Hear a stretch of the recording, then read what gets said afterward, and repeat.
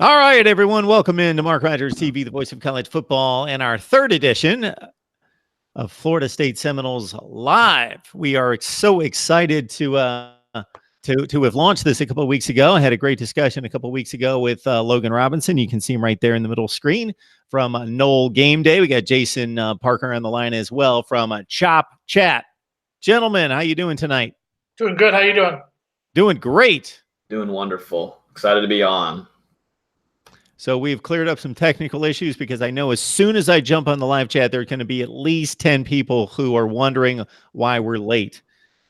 Technical issues cleared up. We're talking Florida State football and maybe a little bit of baseball as well because, hey, a trip to Omaha is always special. Want to remind everyone out there that the Super Chat is on. So contribute to the channel by joining in the Super Chat and find the value here. If you do, then contribute on the Super Chat. You can also contribute by doing your Amazon shopping by grabbing the link in the description section that you find below. Grab the Amazon link, do your regular shopping right there. Doesn't cost you an extra penny. Don't have to buy the product. Just do your regular shopping at Amazon. And our Voice of College Football community is over on Patreon. So grab the link down below as well. And you can join me for 2 exclusive live streams each and every week, one in which I respond to your viewer comments. So come prepared. And then also where I bring you, the viewers, the community on to talk college football with me. All right, gentlemen, how does this baseball success compare to football success? Which is more important? How do you compare and contrast in any way, Jason? Obviously, football is definitely more important, and I think there are not many people who are holding out a lot of hope of a national title, judging from years past. But you know what? It's Mike Martin's final season. It's year 40. Who knows? They're not even supposed to be there right now. So you know what? Take the trip to Omaha. You're one of the last 8 left, and let's see what happens. Roll the dice a little bit. I think it's nice because also you get a little bit more before you start the dry run of the off season for football, so you get a little bit more entertainment, a little bit more there. Florida State's on a 6-game winning streak if you're including the ACC tournament. But the performance by them has been special, and it's just even more movie-like to see Mike Martin go through this and just see the players really, really playing hard for him, and they're hot right now at the perfect time. So I'm excited to see them play on Saturday against Arkansas, which should be a really good matchup. So we already have some comments on the live chat, and a couple pertain to football, and one's going to hit you guys a bit hard as football guys defending this program, but we'll get right to it. Anthony, good to see you. Thanks for the hi and hello. You as well, William.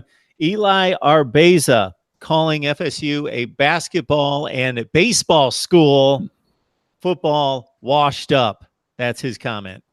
Go ahead, Jason. I mean, after last season, if you go by just last season, sure, I'll give you that one. Washed up's a little hard, but yeah, after last season, I can understand why people taking a little bit of a step back. But you know what? It's 2019. Let's put 2018 in the past. 2018 did not happen. Mm-hmm. When I read a comment like that, I try to determine, okay, is this person being serious? Or are they just kind of poking the bear, having a little fun, a little trash talking, which is all allowed, good fun. Hey, that's why we're here to kind of have some fun with everybody's team. Mm-hmm. But if they're being reasonable here, okay, it's been all of 2 football seasons since Florida State was a top 10 team. I need to see like a lull of 5, 6, 7 years, like what we saw with Texas at a particular time just over the last several years, and then back in the 90s, Oklahoma in the 90s, some stretches of, significant, maybe a full roster cycle, a full coaching tenure that went bad. 2 football seasons. I'm not going to announce the death of Florida State football quite yet. I don't think anyone's announcing the death of it. I think looks like this person is. Well, that's one online person. I'm sure Logan's read plenty on his website. We've had it on our website. I think it's more of a owning it. I think one of the things to move forward is owning this. Last year was its issues, and we've talked about it before. It wasn't all wasn't all Willie. It wasn't all the injuries and whatnot that happened last year. It was a series. It was a cycle downhill for a few seasons. But I think it's just owning what took place last year, and just saying, okay, last year was it. It is what it is. We're not going to be like some schools who continue to live in the past. From this point, it's 2019 on, and what is 2019 going to do for us?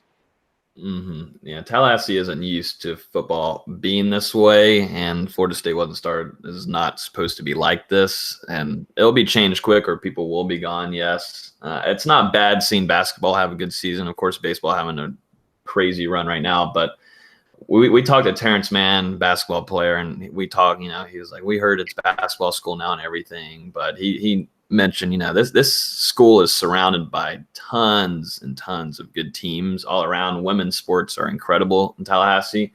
But yeah, he did still mention Florida State is focused on football more than anything, and that's how it'll always be.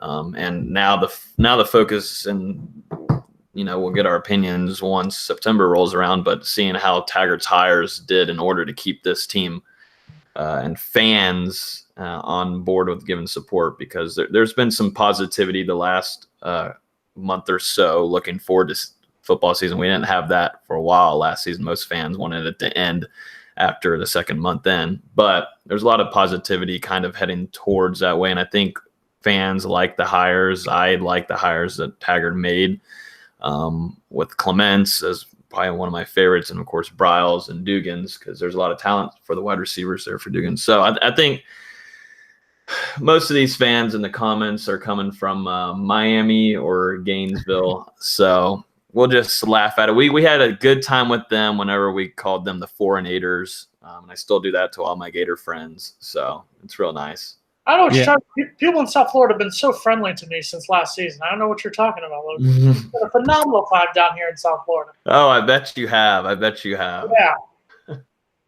Mark Rogers TV, the voice of college football, bringing you Florida State Seminoles talk each and every Wednesday night at 7 o'clock Eastern time.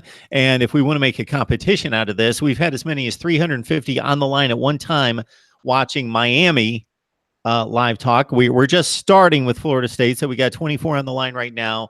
I'm guessing we topped out around 90 last week, something in that range. We had a couple thousand watch the final version once it was all said and done. So we'll help us get there once we get toward football season. And none of them went to UM, so that's all that matters. We actually went to FSU. That's all I'm saying. Just throwing it out there. Shots fired. Man, the chat's really going to love it tonight. I'm staying out of the way of those comments. When you guys get to certain territory there, of course, I'm Mr. Neutral college football guy. So I'll let you guys shoot the darts and fire the guns, and I'll stay out of the way. Michael Hires asking, and I don't know if this statistic is accurate, but it wouldn't surprise me considering Willie Taggart is obviously coached 2 Group of 5 schools before the 1 season at Oregon and the awful season at Florida State. So being a Group of 5 coach, if you're facing top 25 teams, then they're typically from the Power 5 and you're a big underdog. So Michael Hires wants us to talk about, and I would have to verify this, maybe I'll give it a quick look as you guys address this, Willie Taggart's resume against top 25 teams, which is, according to Michael, 0-20. I want to make sure I'm going to have to dive into research on that. I would like to do double research. I mean, during the season last year, I heard a lot about. I'm not even going to comment on it unless we get factual thing. Tell them to throw a link in the chat. Yeah, that seems a bit severe, doesn't it? I mean, I would not be totally surprised at it because of the fact, like you said, because of him coaching at Western Kentucky, coaching at USF and whatnot. But you know what?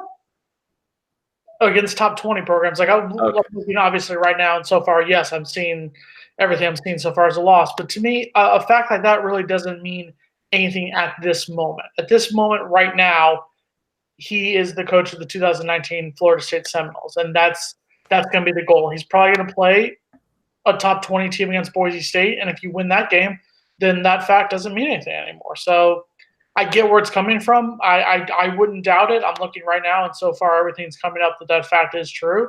But if it is true, with all due respect, so what at this point? So last year they lost to, and you have to consider there's two different ways you can count those games. You can either go the ranking at the time of the kickoff or the final ranking at the end of the regular season. For example, they lost to number 20 Virginia Tech opening game last season, and obviously Virginia Tech did nothing to earn a ranking at the end of the year, going 6-7. So that was a loss against the top 25 team. Had a loss against number 17 Miami. Had a loss against number 2 Clemson. A loss against number 3 Notre Dame. Number 22 Boston College. Well, that was a win. Yeah. Mm-hmm. Yeah, I was going to mention the Boston Michael. College game. Okay, are we going at kickoff? Boston College didn't finish ranked. They were 7-5. So again, depends how we count them. I mean, but yeah, they would have been 0-6 last year against ranked teams at the time of the kickoff. Mm-hmm. So if they beat Boise State in the first game, and let's say Boise State is ranked as a top 20 team, or even ranked in the top 25, then I guess that stat doesn't matter anymore. Depending on how this is calculated. Yes. What was ranked? I know Boston College was ranked in the 20s. What were they against Florida State? They were number 22 at the time of the game. Okay. But they finished 7-5. They weren't ranked at the end of the year. Mm-hmm. Yeah. Look at this. They're bringing up the past and everything. Talking about positivity. 2020. Jason was just talking about how positive it's looking. We don't think about the past, but the chat's just bringing it up. Miami fans. You got a lot of Miami fans in here. They don't have much else to do. We do have Miami fans here at Mark Rogers TV, the voice of college football. So you guys are going to help us balance the scales is what you're going to do. You're going to bring the Florida State droves in. That is true. Jason, I have a question for you. Go for it. Who's going to be the most influential player for Florida State on either offense or defense, but as a whole, influential wise? I mean, of course there's Blackman, but just who do you think on the top of your head? Because I've been asking all my friends this and also people on our team at Noel Game Day, and it's kind of a variety, but I'd like to get your thoughts. We've talked about it before on here, and to me, just from watching him in the spring, would be Hakeem Dent, the defensive back from Palm Beach, from down here in South Florida. To me, if he can come out and you saw during the spring game, just him playing like a stud from kickoff, from the jump. So to me, if he can come out and have a solid freshman year, like some of the other guys, I think that could be the key to turning things around. I think to me, he's the one that I want to see early. I want to see if he starts against Boise State. I think there's a chance he does. If he does, I see big things coming from him this year. That would be my guy. What about you? I would probably. I mean, it's always pick the quarterback mostly, but cop out. I know. It would probably. I would go. I know what Blackman's going to give, so I'm not too worried on that part for Florida State and their success on that front, leadership wise and whatnot. But offensive line wise, you could strap all those names there. I'll go with a bold pick here. I'd like to see freshman offensive lineman Dante Lucas have an early impact at FSU. I think bringing in a young guy like that and what I've heard in the locker room and what he's been saying during the spring practices and him calling out veterans, calling out people that are transferring, telling them to get out if you're not going to be here. If he starts playing pretty early on, I think you'll see a team definitely in this class like Jaleel McRae, who's been very public saying this is a different class. We saw what happened last year. We got to change it. I think if you see a guy like Dante Lucas, who's a vocal guy, obviously is going to compete very hard to get a starting job. Having that kind of impact as a young person can change how these veterans will play. And definitely, if Dante Lucas can start that kind of trend with Blackman wanting to protect him, I think you see a really, really close-knit team. But I think it starts offensive line-wise with Lucas, and that's a bold pick. A number of people, after we talked about Willie Taggart and that dismal record against top 25 foes, had requested an ACC coaches ranking. So why don't we put that on the agenda for next week? And we'll all rank our ACC coaches 1 through 14. Perfect. Sounds good to me. I didn't know there was going to be homework here. All right. Yeah, I know. I got another class. What do you want? Deadline push? Do you want 2 weeks to prepare? No, next week's perfect. Okay. All right. Yes, there's homework. And this coming from a guy that, Jason, of course, this week you made the Cal Ripken statement before the streak even started that you're going to be here every time. I have a job to do, and my job is to be here. So, absolutely, I love that. Is that shade being thrown at me for last week because I know I let Jason down quite a bit? We called Adam Silver and asked him to make sure that there was no NBA game tonight. Okay. Full disclosure, Logan, who are you rooting for in the NBA Finals? We're rooting for the Warriors, but I do, on the back of this laptop, I do have a San Francisco little sticker on there. So I am a true fan. I'm a Giants fan too, San Francisco Giants. So before I get ripped apart by y'all and this chat, we didn't say anything. Got bandwagon fans. Exactly. So our guy Anthony Manzano on the live chat is asking that I read his previous comment, but I'm not making any type of sense out of his last comment. He says he's a Canes fan, but my realistic win projections for this season for Florida State is 7-9, 9-6. I don't know what that means. 7-9. I guess that's between 7 and 9 wins. 9-6. That's some kind of coding. I don't know what that is, but in general, I respect Florida State. So the one thing that maybe you guys can explain this to me that I've gathered in talking to Florida State contributors, Miami contributors, Florida contributors, is that there is a healthy, when I say healthy, we'll put it in a football context, hatred between Florida State and Miami that comprises respect as well, but not so much toward that other school in Florida, the University of. And we talked about this a little bit last week. When Miami plays Florida to open the season, I mean, I don't know how you're going to go, Logan. I will be rooting for Miami to beat Florida. I think there is a dislike for Miami. There is an outright hatred for Florida. I can agree on that front. It's hard to. I'll just be kind of watching and just have it on in the corner, just in watching them hurt each other, but not in a bad way. But just watching them hit each other. I've since growing up, and with my dad and all that, he was in the marching chiefs, so he's been around football quite a bit, and he's told me stories and all that kind of stuff. So I can't stand Miami fans, and I'm trying to be as neutral as I'll get out here, but I can't stand them no matter what. And that was the hardest thing to deal with whenever they came to Tallahassee 2 years ago. They came in cocky as all get out, cussing at fans, kids, whoever. So I think the fan base there is hard to like whatsoever. But yeah, the main rivalry is always going to be FSU versus UF. But that Miami rivalry is, I think, just nasty, dirty. I think on the other side of that, I'll play the devil's argument side of it, being from South Florida, being from down here. To me, the dislike and the hatred is more for the Gators because a large segment of our population, of our enrollment, is from Miami-Dade County, Broward County, and Palm Beach County. So there is a lot of that South Florida influence that has gone up there. During the dynasty era, we were cocky as all hell too. So I mean, that's one of the things about FSU football, and one of the things, if you look at the documentary, the U documentary, that's one of the things where they talk about how there's never been a fight, there's never been all out bloodshed during the games. It's cocky, it's a lot of smack talking, but for the most part there is that level of respect. There's at least a little bit of a level of respect there, and it's because we've won. We had the dynasty era, they won the national titles, and Florida meanwhile sat in the background until both of us kind of took a step back in the 2000s. Yeah, until Tebow Christ came from down above, right?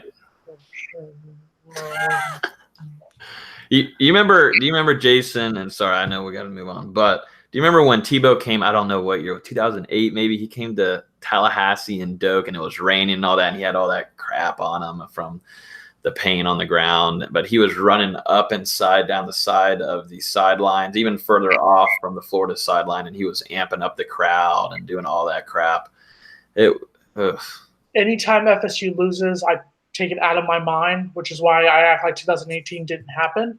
So any loss, especially to that man, did not happen. You didn't see it. No. I may have been on the field there crying, going, "What the heck is going on here?" But nope, didn't happen. Yeah, just disappears out of your head. Nope, no losses ever, undefeated. That means we've got a topic that you can go take a bathroom break. You can go to the kitchen. You can do a number of things, Jason, because we're going to have to check you out for that one because your memory's been erased magically. Mark Rogers TV, the voice of college football. We deliver Florida State football talk every Wednesday night at 7 o'clock Eastern time. So I trust that most of you on the live chat and 44 watching live right now mostly are Florida State fans. So if you love what we do right here and want to support what we do, you can do that a number of ways. Like the video. You go to Knoll Game Day. You check out Logan's work right there. You go to Chop Chat, and you lock in on what Jason's doing over there. And, of course, again, you like, you comment, you share, you get on social media. You let people know that we're here every Wednesday night at 7 o'clock Eastern time because we're going to make this something special by the time we kick off against Boise State. Eli Arbeza's got a question here. Hopefully I didn't lose track of it. Okay, Jimbo Fisher. Is he on the radar anymore? Do you care what he does at Texas A&M? Do you think he'll be successful? This is just testing. What a fun Wednesday night. Thanks, Mark. Man, this has been a great night so far. Yeah, that's why I'm here. James really is missing out on a lot. Well, I'll say I think fans really don't give a crap. Honestly, at least FSU fans. It's I don't know. It's a sticky situation, how it went down and everything. And see, Jimbo Fisher, I've had time with him when I was younger and stuff like that. And like he's a good man, but the things that were going on inside the university and his relationships in there were god awful. And he's a stubborn guy, really, really hard headed. And we kind of got hints at that while Bobby Bowden was still there. He was really inching at wanting to coach very soon, which ended up happening. But for fans, if they care about what he does at Texas A&M and whatever, they will care. Some of them, even my dad will text me and say, "Oh, Texas A&M is down 2 touchdowns, whatever." So they're still keeping their eye on stuff just because it was a really nasty breakup here. And he did win a national championship here and had one of the best college football teams. One of the best college football teams ever, in my opinion, in 2013, and did a good job with them. And he also had a magical quarterback with Jameis Winston, who probably could have helped win them a national championship in 2012, but that can be another topic we can talk about. I'm going to touch on just from the football side, obviously. There is always going to be a segment of the population, a segment of the fan base that is going to root hard against Texas A&M. And in full disclosure, I'm one of them. I want Texas A&M to have losing seasons. I want them to suffer because, yeah, I'm still a little bit bitter. It's like any breakup, like any relationship breakup. It's going to be bitter for a while. Is it going to stay that way forever? No. When there's the 10th anniversary, 20th anniversary of the 2013 title team, will he be back in Tallahassee? Sure. But for right now, it's always going to be that bitterness. And as more things come out, and then his comments about, I left FSU in great shape. What great shape did you leave FSU in? There's part of it that just makes you think that he just doesn't get it, that he still just doesn't get it. Mm-hmm. I think he thinks it's funny almost. At least that comment he made about it being in great shape, he was being very, very funny with that one. Mark Rogers TV, the voice of college football, breaking down Florida State football each and every week, 4-time Wednesday. We're here for about an hour, and we want you to join in. We got 52 on the line watching right now. Leave your comments, your questions for Jason and for Logan. And I will jump in with my question, which is going to be depending on your frame of reference. So you can go all time.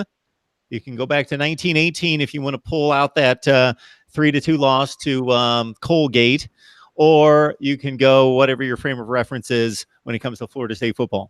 Colgate. Logan, what are the worst, most excruciating, most crushing, devastating losses that you have suffered as a Florida State fan slash media analyst of the team since you've been watching, or beyond that if you so choose?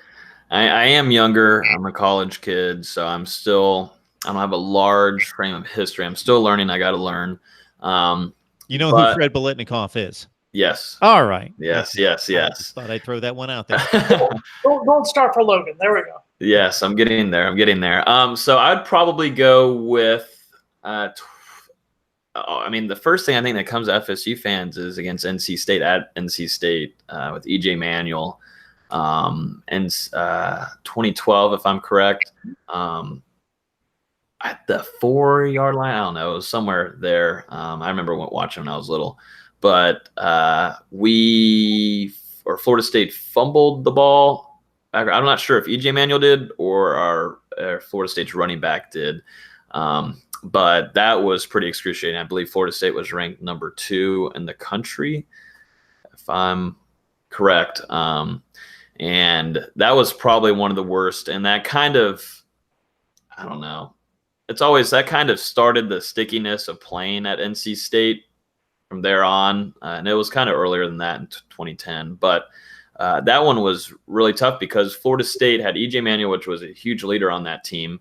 And they were having a great season, obviously. And they had thoughts of going even farther to a national championship, but that loss really killed them in a lot of ways. Jameis Winston was not the backup, but he was redshirted then that season. And there was a lot of talent on that team from 2012. Devontae Freeman was on there. A lot of the young guys in the secondary that ended up being absolute studs in 2013 were on that team, but that loss really clicked or stopped their momentum.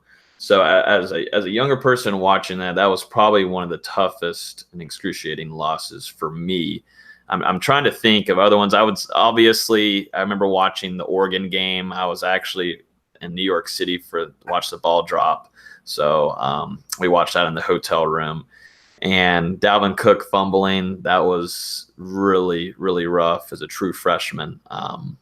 Just watching Florida State get dismantled, because I think Florida State fans and Florida State's coaching staff were really happy to be seated with Oregon. They felt a lot more comfortable playing them. Florida State's a lot bigger. Can work a little bit slower against Oregon, but it showed that speed, and Oregon was ready in the books and everything more than Jimbo was. So I'd go with 2012 NC State and 2014 Oregon and the Dalvin Cook excruciating fumbles.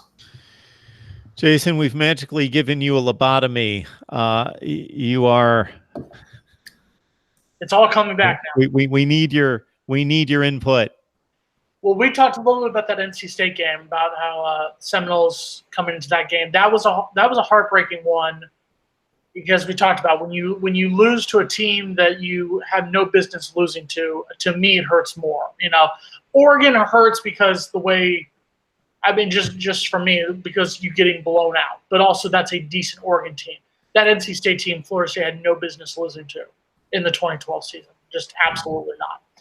One that we didn't talk about last week that got me a little bit when I thought more about it was the 1997 Florida State game against Florida. That was Florida State came into that game the number 1 team in the country. They were all set at the time. There was no ACC championship game, so they had already won the ACC. They were in line to play in the Orange Bowl for the national title. It was all set. It was all there. Florida had 2 losses, lost to LSU, got blown out by Georgia during the season. And Fred Taylor ran all over us. Just we had a dominating lead early, and Florida just came back and upset us. Still went to the Sugar Bowl, still had a great season during that dynasty era, but that was one that in hindsight hurts, because that was a national title just waiting to happen right there. We would have blown out Nebraska or Tennessee. I'm sorry, Peyton Manning, decent quarterback. Florida State would have killed them. That defense would have killed Tennessee that year. I was born in 1997, so like you say, Jason, Wow. I have an excuse for not being able to see it, or like I was probably watching with my dad, but I didn't understand what was going on, so that would be my excuse for not. That was a year after my bar mitzvah, so I'm a lot older than you. All right, this has been a great day so far here with the voice of college football, Mark Rogers. Jason, I am much older than you, so don't make yourself feel bad. I should be the one feeling the pain in this conversation, but I have felt it before, so I just live with it. Absolutely. So, Jason, who's your favorite player all time for Florida State? Personally, that's tough. Personally, I've always will have a spot in my heart for Warrick Dunn. Warrick Dunn will always be the guy who, both as a Florida State football fan, somebody who grew up, my parents went to FSU. My dad was involved with the football team when he was in school there. It was, he is what you want. He is the representative of what you want when you say, oh, Florida State football. On the field, arguably one of the greatest college football running backs. So I don't think gets enough credit for the work that he did at Florida State. He was at a time, by the time his senior season rolled around, you had Troy Davis at Iowa State. You had Eddie George his junior year at Ohio State, who won the Heisman. He was always, at any other time frame, he would have been the greatest running back in college football for the time he was there. But he just always, there was one other person who happened to be above him.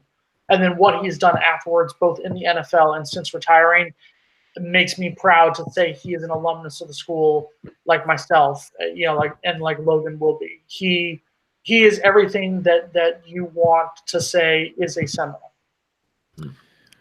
Warrick Dunn's last 3 seasons at Florida State, 94, 95, 96, 1,000 yards rushing, 6.8 per carry, 9 total touchdowns, 34 receptions, 1995, 1,200 yards, 7.5 yards per carry, 16 total touchdowns, 43 catches, and then his senior season in 1996, of course, that could have ended in a national championship, but a loss to the dreaded and hated Gators.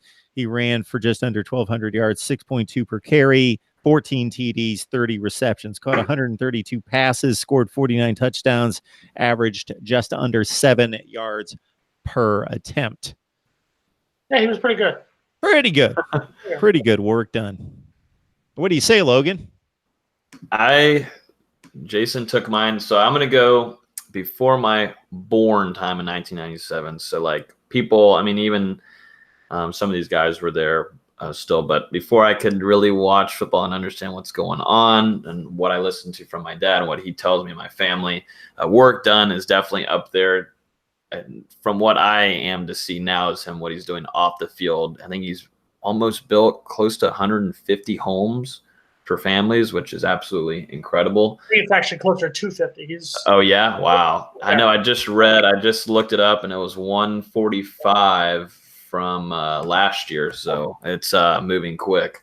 Yeah. So it's insane. And obviously, from what I've heard on the field, I would have loved to see him. I would love to see just how he was compared, because all the comparisons are Warrick Dunn and Dalvin Cook. So I would like to see from my own eyes the 2 different kind of playing styles they have and see the similarities. The cutting that Dalvin Cook, I know, is beautiful in, and I like to see Warrick Dunn play. I would just kill to go and Doak and see it against UF. And then another guy before my time, kind of P-Dub, Peter Warrick. From what most college football fans, just diehard college football fans, doesn't matter if you're an FSU fan, said that he was one of the most electric and fun to watch players in the history, just as how talented he was. And I like his attitude and kind of got that Deion Sanders vibe with them, a little cocky in there, which I like. I mean, that's how Florida State was during the time, blowing up, and they had the right to do that. They had the swag. So those 2 would be before my time, kind of. This one will be out of nowhere, kind of. It's a weird. I'm going with Timmy Jernigan, defensive tackle. Yep. Came in 5-star, completed what he had to do, played in the national championship with pretty much a flu. And you could tell he was, because he had to take some time on the sideline and he was fighting for air. And he's pulled the jersey up, even though he had a big old belly. I like it. He had the swag. He was a big leader on the team. I remember him talking in the locker room in 2013 in Clemson with Jameis there. He's just got that, that vibe that you would probably like to watch videos of him dancing and getting hyped before you go watch a FSU game. He just gives you that drive. And I wore number 8 in high school because of him. And the Loco Ocho is something that I will never forget. I actually have a picture of him. This is going to be weird, and this is on live YouTube, but I have a picture of him above my toilet. So every time I've got to pee, I see him, and I got to think, all right, I got to bring my. I know it's weird. It's not degrading Timmy Jernigan. It's just that I see him there. Sometimes people put things there, but just I'm a big fan of him, and he's I don't know. He's just got that swag type deal, and he was a nasty player too, very nasty. So. Jason, depending on your reference there, just keep in mind that the bar has either been greatly heightened or lowered with that comment from Logan. So anything you want to share regarding your personal attachment to Florida State football, it is right out there in the open for us to share. I was raised as a Seminole fan. My parents both graduated from there. I am a proud graduate of the school. There will never be a picture of a player above my toilet. At all, but you know what, Logan? We don't judge. This is a judgment-free zone. We support you. I'm young. That'll be my excuse. That's it. Got it. We're gonna go with that. You were born in 1997. We got it. Good. Anything that you guys can say that will keep me on YouTube but have us go viral at the same time is fair game and encouraged. I'm just trying to help you out, Mark. Even if you started this harsh with all these comments coming through and having to deal with Miami fans and Florida fans at the same time, anything to help you out, I will do. And that's what I just had to do. I'm sorry. We are going to steer it back to some serious football discussion right here because I just had a topic. Yes, we are, Jason. Thank you, God. You may want to check out for this one. Logan and I can have a one-on-one for this one. But this just popped into my head because I think it's intriguing, and maybe we're just not going to get enough time available to us in the next 10 minutes to cover this, because the pendulum swing in the ACC fascinates me. What happened? So if we go back 7-8 years, Clemson was on the rise. And Florida State, though, owned the ACC even before the national championship in 2013. As Logan alluded to, the 2012 team that almost won a national championship, won the Orange Bowl, easily won the ACC. Florida State had ownership of the conference. Clemson was rising, but they kept hitting that ceiling, which was Florida State putting them in their place for a couple straight years when it appeared as though Clemson was ready to seriously challenge. Then came 2015 and 2016. Close games between the two, but Clemson broke through. The recruiting classes and the rankings of those classes would not give us any indication that suddenly Clemson took off as a top 5 recruiter and Florida State slumped. They both recruited basically at the same level. Florida State certainly did. Clemson, their stock rose. Their recruiting was upgraded during that time, but not at Ohio State, Alabama level of 1, 2, 3 in the country. But that 2014 to 16 time frame, the balance of power just swapped in the ACC. Jason. To me, Clemson finally started playing like a complete team. They were a competitive team. You go back to 2010, 2011 when they beat FSU, and then they won the ACC. 2012, well, it was a close ball game. But it was always they had great players, great starters. But if a starter went down or somebody needed to come in, sub on third down, they would struggle a little bit because there was definitely there was up here and then there was down here. They finally were able to have a complete team in time for 2015. Now I'm going to be the FSU homer here. Let's not forget, in 2015, the game was tied in the fourth quarter. 2016, FSU had the lead, late in the game, and I'm sorry, Florida State should have won that game. There was a horrible penalty against FSU. I see Logan shaking his head, and he doesn't want to remember that moment. But yeah, so Florida State should have won that game. And in 2017, Clemson only led by 3 with 5 minutes to go, and Florida State was driving in the fourth quarter. But nonetheless, a win is a win. Give Clemson credit for what they've done. And what they've done is finally played like a complete team. They are playing a lot in the same ways that the FSU team played in the first part of this decade. You look at it, at the running back situation, when you had Devontae Freeman, you had James Wilder, 2 of the better running backs in college football. And then what do they do during the national title season? You move Carlos Williams over and play him, and you have a triple threat at running back that nobody could stop during the course of that season. Clemson finally played like that, and that's what you need to be a complete team and ultimately go 15-0 and destroy everyone, including an Alabama team that some people are saying is among the best ever. I agree with a lot of what Jason is saying, and I also want to point out, too, Clemson's finally got a QB system going on there. The deal is Taj Boyd was almost there. He was a pretty solid college quarterback, but then you go through a wave with Deshaun Watson, who was a great college quarterback, and then you go to even Kelly Bryant, but then of course now you head over to Trevor Lawrence, who's going to be a problem for a while at Clemson. So they've always had the wide receiver talent. Just look at the NFL, studs everywhere you look, and they still got some future NFL talent right now at Clemson. They always recruit well on that side. So having these quarterbacks being able to throw these guys and having some pretty decent running backs with it just powered that offense. They've always had a pretty decent defensive line all around.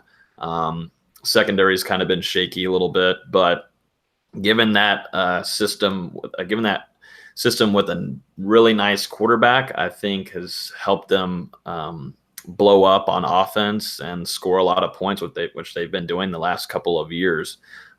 So I think quarterback-wise and being able to feed these extremely talented wide receivers plays a big toll against other ACC teams and how they've taken over the conference. Mark Rogers TV, the voice of college football, bringing you Florida State talk, courtesy these two gentlemen right here. We got Jason Parker on the line from Chop Chat, and also Knoll Game Days, Logan Robinson. So we're here every Wednesday night at 7 o'clock Eastern time talking Florida State football. Yeah, the other thing that happened during that sequence of transition of power was early in that run for Clemson, not when they caught Florida State, but when they got to be a top 10 to 15 program there in 2011, 2012. The last game that they played without Brent Venables as defensive coordinator was that monumental shellacking, I should say, at the hands of Geno Smith in the Orange Bowl when they gave up 70 points. So they basically recruited pretty good on defense, but not like they weren't locked in, focused, didn't have a whole lot of interest in tackling kind of defenses. Guys that were fast, but not real physical, not focused, not tough, determined. They bring in Brent Venables, and they finally match the defense with the offense. And that certainly has had a big hand in the transition of power between Clemson and Florida State and what we've seen transpire in the last 5 years. Mm-hmm. When is it going to end? This can't continue like this. I was going to say, once long-haired Lawrence leaves, I think that will probably give Florida State a good chance. So 2 more years of this? It's going to be tough. I mean, I don't know. Dabo, I think, is unless all these little rumors are coming out of Clemson and someone gets in trouble. But I think Dabo's smart enough for that not to happen. But I think Trevor Lawrence is a very solid quarterback. And as we know, Clemson's recruiting very well. And it's going to take some really good coaching on FSU's side to be able to compete, because I think Florida State is going to be able to recruit. If they have a pretty solid season this year, they're able to bring in offensive line guys. And that once you get your offensive line guys, that usually lays out the plan to get your quarterback, which you already have with Jeff Sims, but even other guys. And also that starts feeding your talent around it. And then defensive guys will go once they see the rest of that. So, but Florida State has always been well with secondary guys, and it seems like they're on a good trend with linebackers at the moment, which is nice to see. But for FSU to be able to compete with Clemson, it's going to have to be with coaching from here on out, because I think Florida State it's not going to be that top of talent. Just depends on what kind of rankings you want to look at and all that crap. But it's going to have to come to coaching, and also, do you really want to be here, and do you want to, get your name out there? Do you want to be focused on the NFL, which was a big problem in 2014? A lot of guys were already looking ahead at the NFL, and there were some problems there. But do you want to stay here and fight for Willie Taggart and believe in his coaching? Like, these guys have got to settle in with their mindset, knowing that let's focus on bringing wins into Tallahassee, because that's what that 2013 team did. They didn't give a damn about going to the NFL. They cared about winning there and going to complete an insane run. And you could tell that, and they were having fun. Usually when you have that mindset, you're having a really good time. And you saw that all in 2013, smiling and laughing before a game on primetime in Death Valley against number 3 at the time, Clemson. It's all about the mindset and how these guys are going to be playing, and also coaching with Willie Taggart and how he brings his coaching staff around him. And you touched on it earlier when you talked about Timmy Jernigan, how he was your favorite player. To me, I'll say it like this: he was one of those players. You talk about, you look at the early 2000s, this decade. He was one of those players that got recruited by these assistants who came in and like you said, sold the product. And you mentioned Dante Lucas, kid from IMG and from Miami Booker T. How these guys, if they are buying into to Florida State football, I think there will be success. Do I think Clemson wins this year? Yes. Is it going to be a 49-point win like last year? No, not at all. Do I think that the 2020 game in Tallahassee, I think that could be interesting. I'm not calling it right now, but I could easily see Florida State, if things go together this year, an 8-4, 9-3 regular season this year, I can easily see FSU knocking off Clemson come 2020 in Tallahassee.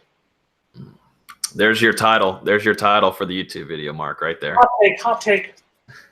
2020 title. That gets us a viral status right there. Florida State wins national championship in 2020. Whoa. I said Clemson. Whoa. Just against Clemson. Well, if you're going to beat Clemson, you might as well win the whole thing. Yeah, I guess you might as well win it, though. All right, fine. Go for it. Just take it. You'll probably get to the college football playoff. If you're beating Clemson in your conference, you'll probably make it at least to the playoffs. National title games down here in South Florida. Let's do it. Go for it.